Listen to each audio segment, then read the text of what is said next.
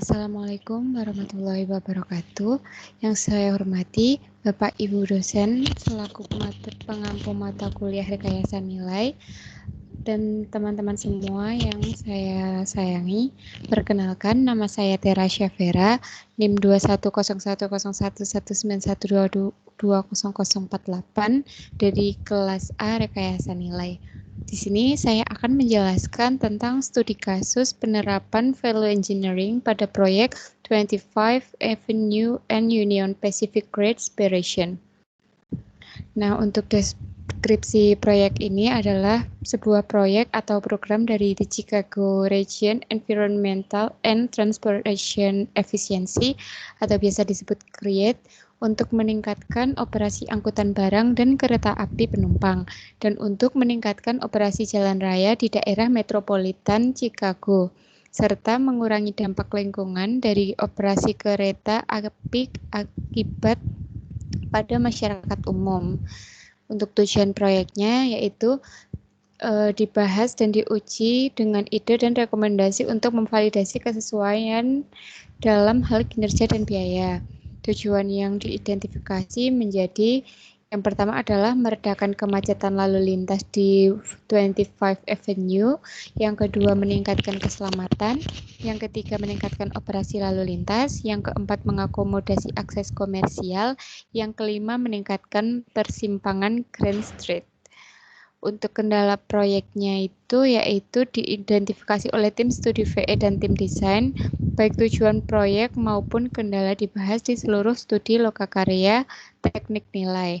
Tim desain memiliki kesempatan untuk meninjau lebih lanjut dan fokus pada tujuan dan kendala saat mereka berlaku untuk komponen proyek individu. Batasan diidentifikasi adalah menghindari dampak terhadap fasilitas rel yang ada atau terencana, meminimalkan dampak terhadap lalu lintas kereta api dan operasi hal aman kecuali untuk malam akhir pekan, pembebasan lahan dan relokasi utilitas, koordinasi pemangku kepentingan, serta validasi izin lingkungan sebelumnya. Nah, terdapat beberapa alternatif value engineering yang diajukan. Yang pertama adalah untuk INV1. Gagasan yang diajukan yaitu tim desain berkoordinasi dengan IDOT dan FAHWA untuk mengkonfirmasi persyaratan evaluasi ulang META berdasarkan evaluasi ulang NEPA berdasarkan perubahan desain, terutama relokasi kegunaan dan jalan akses kombinasi metal ke properti baru. Keuntungannya adalah konfirmasi kepatuhan dengan federal prosedur pengkajian ulang lingkungan. Untuk biaya yang dikeluarkan untuk alternatif ini adalah $0. Dan kemudian ada alternatif row 1.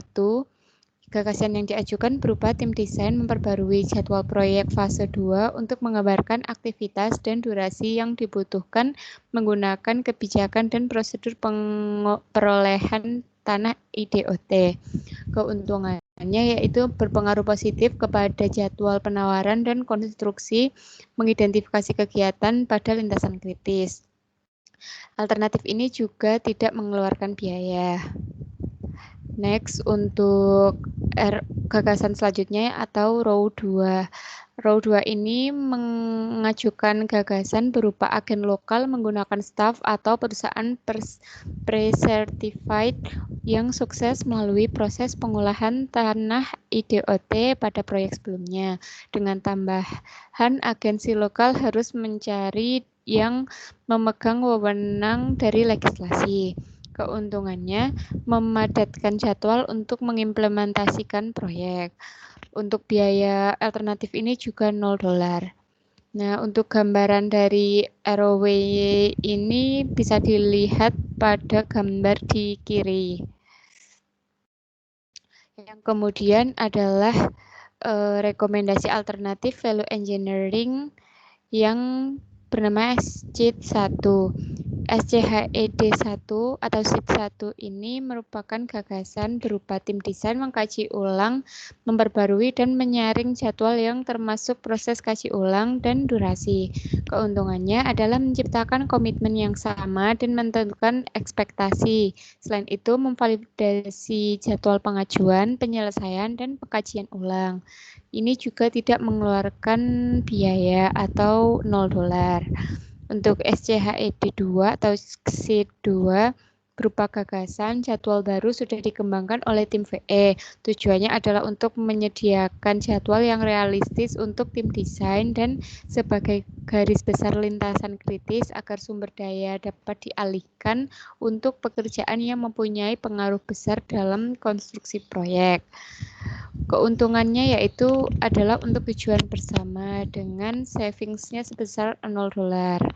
Kemudian untuk SCHED3 gagasannya berupa merapatkan tinjauan desain dari staf desain untuk meninjau masukan sebelum diteruskan ke IDOT dan badan peninjau. Merapatkan multidisiplin tinjauan desain tim IDOT untuk meninjau dan mengulas rencana di suatu lokasi pada saat yang sama untuk mempercepat proses tinjauan. Keuntungannya yaitu menciptakan tujuan bersama atau memperkuat pendekatan tim dan dalam pelaksanaan proyek. Untuk alternatif ini juga tidak membutuhkan biaya atau $0. Rekomendasi yang selanjutnya adalah STM1 atau gagasannya yaitu berupa jadwal baru sudah dikembangkan oleh tim VE. Tujuannya adalah untuk menyediakan jadwal yang realistis untuk tim desain dan sebagai garis besar lintasan kritis agar sumber daya dapat dialihkan untuk pekerjaan yang mempunyai pengaruh besar dalam konstruksi proyek. Keuntungannya ini adalah dapat mengurangi biaya serta mengurangi persyaratan penghambatan dan menghasilkan dampak. Untuk cost-nya ini sendiri atau biaya yang dikeluarkan juga $0. Untuk alternatif value engineering berupa STM2 yang gagasannya berupa menyarankan evaluasi kembali dalam perhitungan stormwater untuk menghasilkan volume penyimpanan yang persyaratannya diperbarui. Desain awal sistem pengangkutan sesuai dengan bab 12 LDS agar dapat ditentukan apakah penahanan besar pada struktur diperlukan. Disarankan pula tim proyek mengeksplorasi lebih jauh bagaimana proses terjadinya banjir di luar batas proyek yang nantinya akan berpengaruh pada selokan berukuran kecil. Keuntungannya dapat mengurangi biaya, desain yang sudah ada tervalidasi dan perhitungan di lapangan dapat dibenarkan bila terjadi sesuatu. Untuk biaya yang dikeluarkan juga $0. Kemudian untuk STM3 gagasannya berupa menghapus kotak besar gorong-gorong untuk penahanan yang nampaknya tidak dibutuhkan berdasarkan perhitungan yang ada, namun masih bisa diperlukan berdasarkan rekomendasi evaluasi yang telah diperbarui pada STM2. Tim VE mendukung ide mengenai relokasi fasilitas penahanan stormwater pada area yang diperoleh.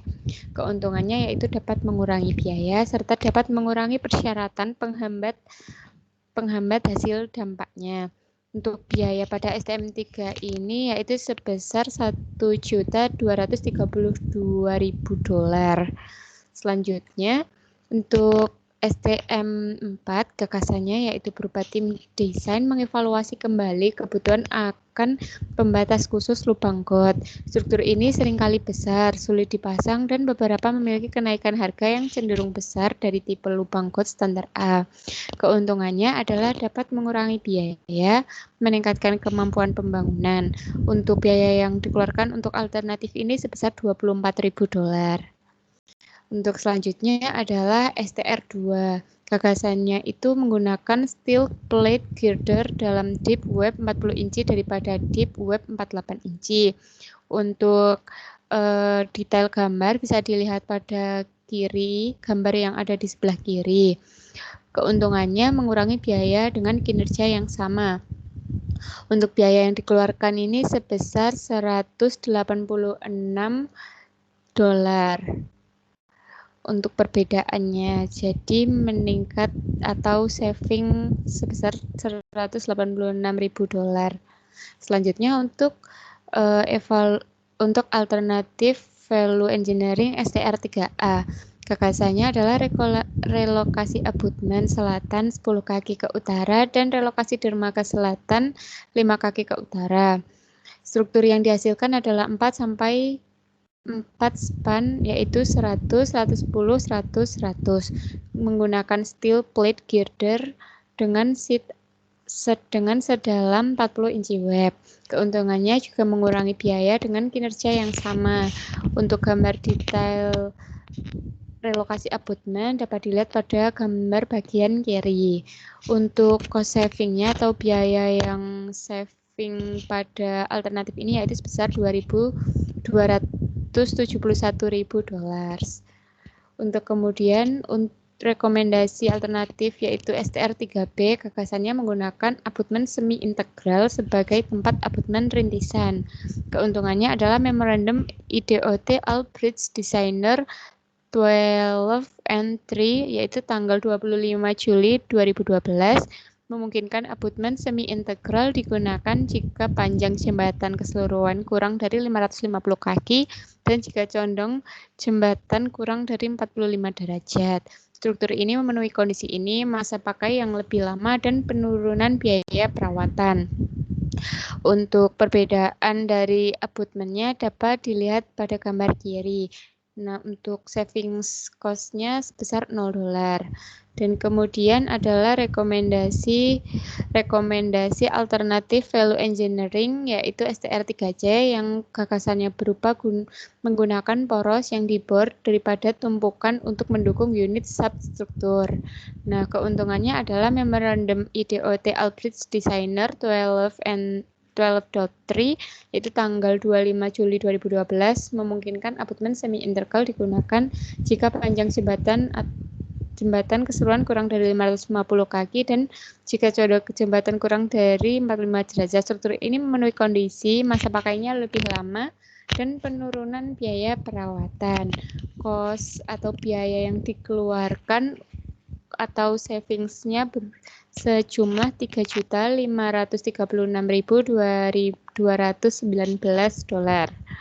Untuk gagasan atau rekomendasi alternatif yang terakhir adalah STR5. Gagasannya berupa tanah tambahan sekitar 15 kaki lebarnya diperoleh pada sisi barat 525 Avenue antara Jalan Grand dan jalur kereta api UP. Area ini memungkinkan penyediaan akses dari selatan untuk mempertahankan struktur jembatan yang diusulkan. Keuntungannya menciptakan ruang untuk peralatan maintenance ke depan agar mudah mengakses struktur. Untuk saving cost-nya sebesar $0.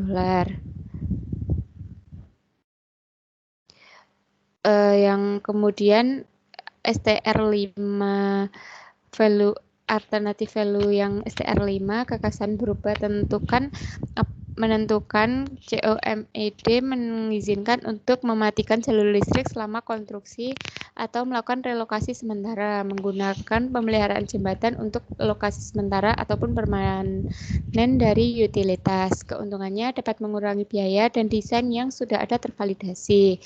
Untuk cost-nya yaitu saving sebesar $0. Nah, untuk hasil analisis value engineering ini berupa ada empat alternatif yang disetujui dengan pembahasan lebih lanjut, serta ada 4 alternatif yang ditolak. Untuk INV1, alternatif disetujui. Untuk ROW1, alternatif disetujui dengan pembahasan lebih lanjut. Untuk ROW2 itu alternatif disetujui. SCHED1 dan SCHED2 disetujui.